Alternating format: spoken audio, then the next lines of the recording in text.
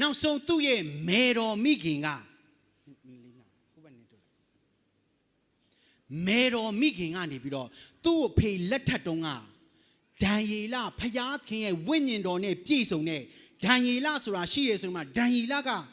လာပြီးတော့မှစုတော်လက်တော်တွေထားလိုက်ပါဒီဟာရဲ့အနတ်တိတ်တွေကိုပြန်မယ်ဆိုပြီးတော့ဘာသာရေးထားလဲဆိုတော့မင်းနေတကေလဖေရတ်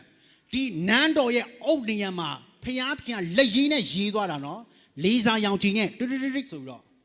လူရဲ့လက်ဖြားပေါ်ပြီးတော့ရေးသွားတာမင်းနေတကေလဖေရတ်နော်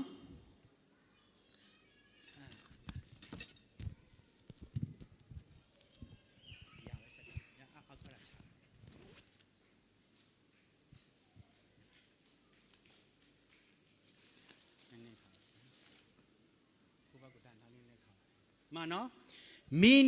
နေတကေလဖေရတ်မင်းနေရဲ့နောက်ဒံယေလကနော်ဘာပြောလဲဆိုတော့စောစောကဘေးလရှာဇာမင်းကိုဖျားသခင်ကတဲ့သူ့အဖေတုံးကနေဘုခနေစာတုံးကမန်မာနထောင်လွှားမိတဲ့အတွက်တရိษံတို့နဲ့တူနေရာချတာခုနှစ်ပတ်လုံးနွားကဲ့သို့မြက်ကိုစားရတာဒါကြီးကငါနိုင်ငံငါတပ်ဒီလိုသူ့ဖေမြင်နေတာကိုကြုံတွေ့ရမြင်နေရရဲ့တန်းနဲ့နောင်တမရဘူးမန်မာနထောင်ရတဲ့ခါမှာဖျားသခင်ကဒီစာရေးသွားတယ်မေနေဤအနတ်အတိတ်ဘေကကိုတော်ဤနိုင်ငံကိုဖျားသခင်ရေတွက်၍ဆုံးစေတော်မူ၏ဆုံးပြီနော်မန်မာနထောင်လွှားခြင်းနောက်တစ်ခုတကေလဤအနတ်အတိတ်ဘေကကိုတော်ကိုချိန်ခွင်နှင့်ချိန်၍ရော့ချောင်းကိုတွေးမြင်တော်မူ၏ဖျားသခင်ကချိန်နေတာနော်နှလုံးသားတွေကိုကျတို့လှုပ်ဆောင်မှုတွေကိုတမာတရားနဲ့ဒါကြောင့်နေ့ရက်စဉ်နဲ့ကျတို့အသက်တာစစ်ဆေးဖို့ပြန်လဲချိန်တွဲဖို့တမာချမ်းစာခဏသတိပေးတယ်တကေလဤအနတ်ဒိတ်ဘေကကိုတော်ကိုချိန်ခွင်နှင့်ချိန်၍ရော့ချောင်းကိုတွေးမြင်တော်မူ၏ဖေရတ်ဤအနတ်ဒိတ်ဘေကနိုင်ငံတော်ကိုခွဲဝေ၍မေတိလူပေရတိလူတို့အားအပ်ပေးတော်မူ၏နောက်ဆုံးသူ့ရဲ့နိုင်ငံအစိတ်အမောင်မှာကွဲပြီးတော့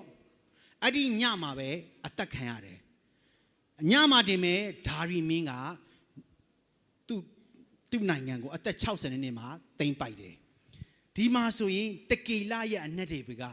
ကိုတော်ကိုချိန်ခွင်နဲ့ချိန်၍ရော့ချောင်းကိုတွေ့မြင်တော်မူယေရှုတင်နော်ဒါကြောင့်ကျွန်တော်တို့အသက်တာမှာဖျားခင်ကကျွန်တော်တို့အသက်တာကိုစစ်ဆေးနေတယ်ဆိုတာမမေ့လျော့ဘူးနော်ဒါနဲ့ပတ်သက်ပြီးတော့ယေရမိ7 အငယ်10မှာငါထာဝရဘုရားသည်လူတီးတီးတို့အားမိမိတို့အကျင့်အတိုင်းမိမိတို့ခံထိုက်သောအကျိုးအပြစ်ကို